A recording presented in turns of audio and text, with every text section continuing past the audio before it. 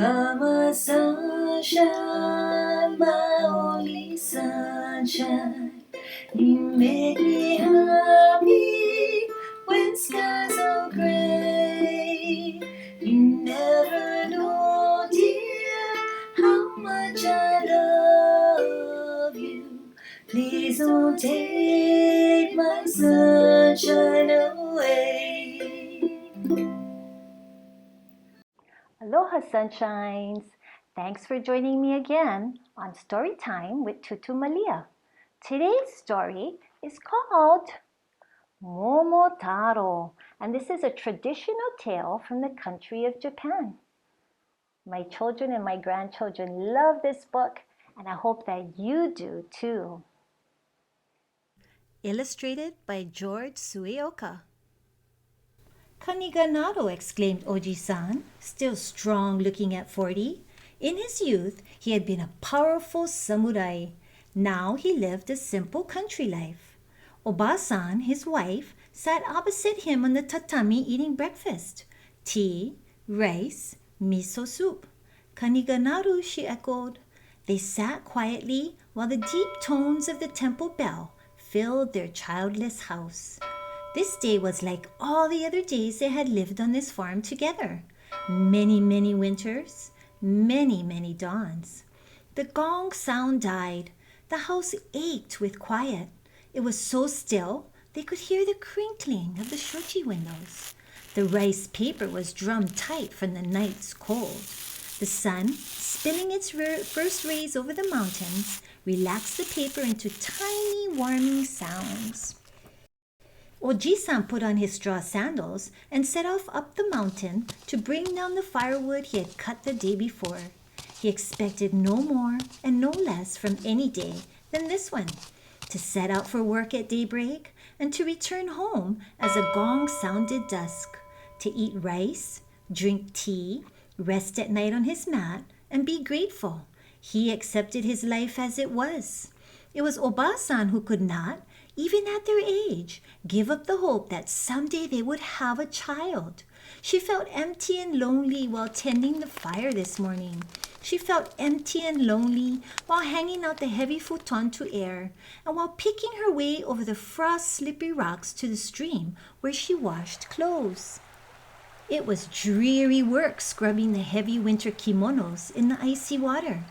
As usual, she pretended that these were children's clothes. She rubbed the heavy kimonos on the flat washing rocks. Her arms and body moved to the rhythm of the rushing water. This morning, the sound of the mountain brook was, more than ever, like a lullaby. She closed her eyes and began to dream. Ah! The chill of the swirling winter stream was gone. The water felt strangely warm and pleasant. She opened dazed eyes. The sun glinted on the wet rocks like the sun of springtime. Green shoots were everywhere.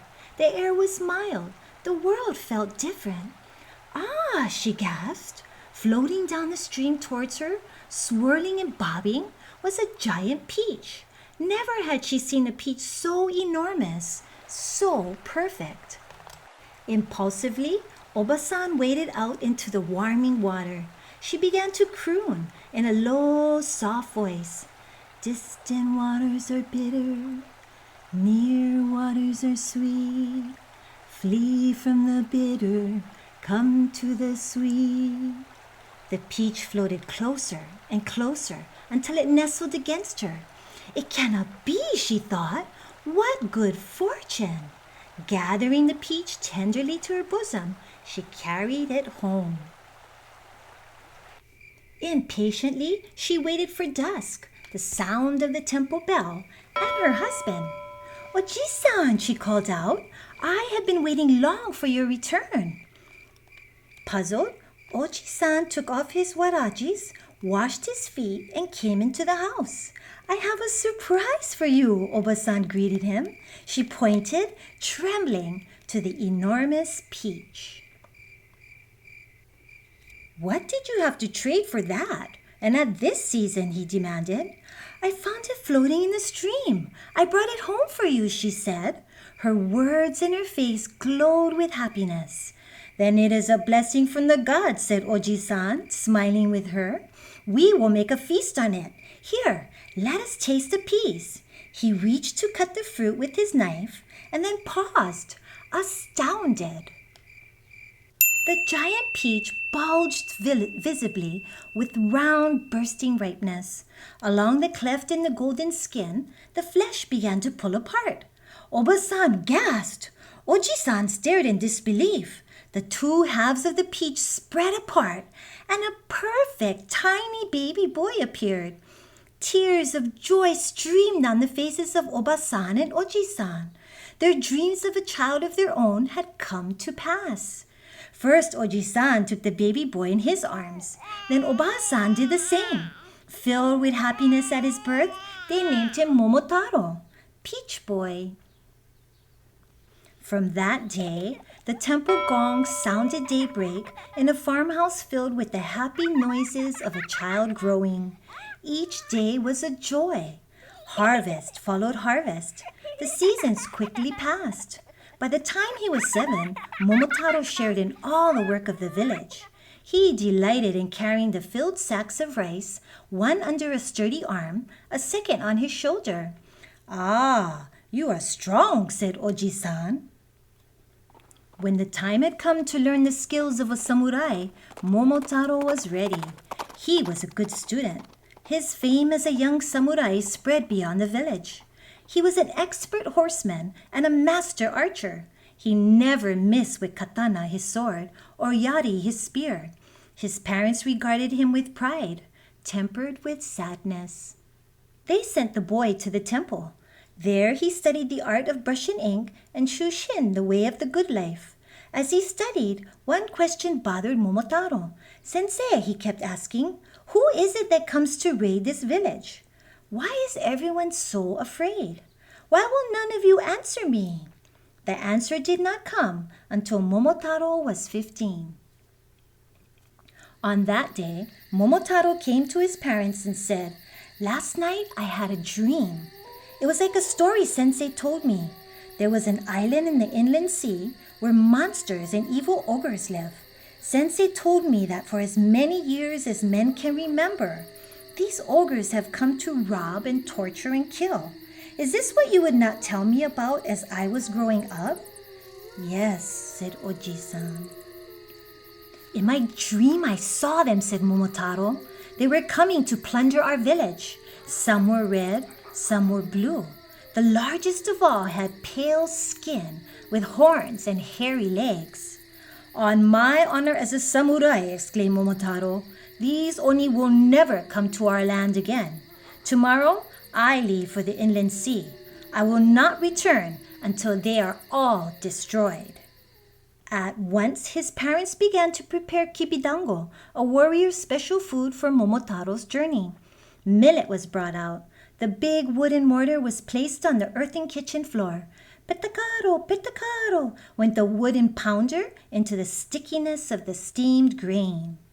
When the millet cakes were ready, Momotaro's mother wrapped them in a bamboo skin and placed them in a flaxen pouch. Oji-san helped lay out Momotaro's knife, his sword, his sash, his tesson iron fan, the garb of a samurai. Then, armed with all that he knew and all that he was, Momotaro set out. Near the end of the first day, he was hungry and thirsty. He followed a narrow rocky path to a small stream. No sooner had he taken a drink than a giant dog appeared. The dog snarled, ready to lunge. I guard this stream. No one drinks here without my permission. Do you not know who I am, you arrogant beast? The dog stopped. You must be Momotaro. Then that is Nipponichi no kibidango at your belt. Will you give me one? Momotaro reached into the pouch and broke a millet cake into 2 pieces. I cannot give you a whole one, but I will share one with you. Will you come with me to fight the ogres? The dog ate the half millet cake. All the animals of the forest know of your journey to battle the ogres, the evil oni. Watch what I can do with my strong jaws and sharp teeth to help you, Momotaro. And with a single bite, the dog cut through a huge tree. The next day, Momotaro and the giant dog rested at the edge of a bamboo forest. A monkey dropped from the high branches, picked up Momotaro's fan, and began to run. In a flash, the giant dog leaped at the monkey. "You are a thief," Momotaro shouted. "I should let the dog tear you to pieces." The monkey did not tremble in the dog's grasp. "I was just testing to see if you were really Momotaro," said the monkey. "I am," said the young samurai. "Momotaro-san, Momotaro-san, what is in that bag at your waist? Could it be Nippon Ichi no Kibidango? Give me one and I will join you." "I could use a clever fellow like you against the ogre," said Momotaro. "I cannot give you a whole millet cake, but I will share one with you." After eating their kibidango, Momotaro, the giant dog, and the monkey set off together. In the grassland beyond the bamboo, a brightly colored pheasant flew directly at Momotaro. "You are a brave bird," exclaimed the young warrior. "Momotaro-san, Momotaro-san, what is in that bag you have at your waist? Could it be Nippon Ichi no Kibidango? Give me one." "It is, but I cannot give you a whole one. I will share with you," said Momotaro. "Are you going to let a mere bird join us?" growled the giant dog. The dog lunged at the bird. The pheasant whirred into the air, striking fearlessly at the dog with his sharp beak. Momotaro watched the pheasant's bravery and daring. "Stop," he commanded. "There will be harmony among us. Anyone who starts a quarrel will have to leave." He opened the bag and gave the pheasant a piece of millet cake. The four friends continued on their journey: Momotaro, the giant dog, the monkey, and the bird. Late that day, they reached the shore of the inland sea. Momotaro and his companions stared in dismay. Before them spread a vast, heaving ocean. "We will make camp here tonight," said Momotaro. "In the morning, we will build a boat." He passed a ration of kibidango to each one and ate a piece himself. At dawn, the forest echoed with the sound of falling timber. As the trees fell, the giant dog's sharp teeth cut through the branches. The monkey tied the planks together with vines, which the pheasant flew down from the mountainside. Late in the afternoon, all was ready but the sail for the boat. Momotaro said, "We will use our banner as a sail." Each took a corner and pulled. To their surprise, the silken banner easily stretched into a great billowing sail. For a day and a night, Momotaro and his three companions sailed across the inland sea. Before dawn of the second day, the pheasant soared above the ship to scan the horizon. Then he saw Ogre Island, the home of the dreaded Oni. It rose dark and rocky out of a pounding surf. Momotaro sailed the ship silently through the breakers. "Fly to scout their stronghold before the sun is up in the ogre's wake," he ordered the pheasant. Monkey leapt ashore and climbed the rock wall. Running to the heavy gate, he pulled back the locking bar from inside. The gate swung open. Its rusted hinges screeched loudly. The two sleeping Oni guards woke at the sound. They grabbed their great iron clubs and began swinging wildly at Monkey and Momotaro. In a flash, the giant dog bit off the guards' heads. Red, blue, and green ogres came running from every direction. With his katana, Momotaro warded off the attack. The dog snapped and chewed. The pheasant pecked at the ogre's eyes with his sharp beak, while the monkey ran from wall to wall, hurling rocks down on the ogres' heads. The sleepy Oni, certain that Momotaro's army must outnumber them, tried to escape. Momotaro, the dog, the pheasant, and the monkey forced them off the cliff top. They were dashed to pieces in the rocks below. Only the chief of the ogres was left. He was a pale, hairy monster of Momotaro's dream. Begging for his life, the Oni chief unlocked the treasure room door. "Spare me, O Momotaro-san!" he cried as he wrenched off his horns, the source of his evil power. The plunder of 1,000 years crammed the treasure room. There was tortoiseshell, pearls, coral, jade, and a magic coat which made the wearer invisible. On a special chest was a wonderful mallet that could turn anything it struck into pure gold. "We will use the swift ship of the Oni to go back home," said Momotaro. "The treasure and captive goes with us." They spent weeks on the way home. The treasures stolen by the Oni were returned to their owners. The pale Oni chief, stripped of his power, withered away. At last, Momotaro returned to his own village. Oba-san and Oji-san came eagerly to welcome their son home. They could not restrain their tears of joy and pride. Momotaro built a castle for the village with his portion of the unclaimed treasures. For his brave companions, the giant dog, the monkey, and the pheasant, he gave loyalty and protection. And for his parents, he took tender care of them all the rest of their days.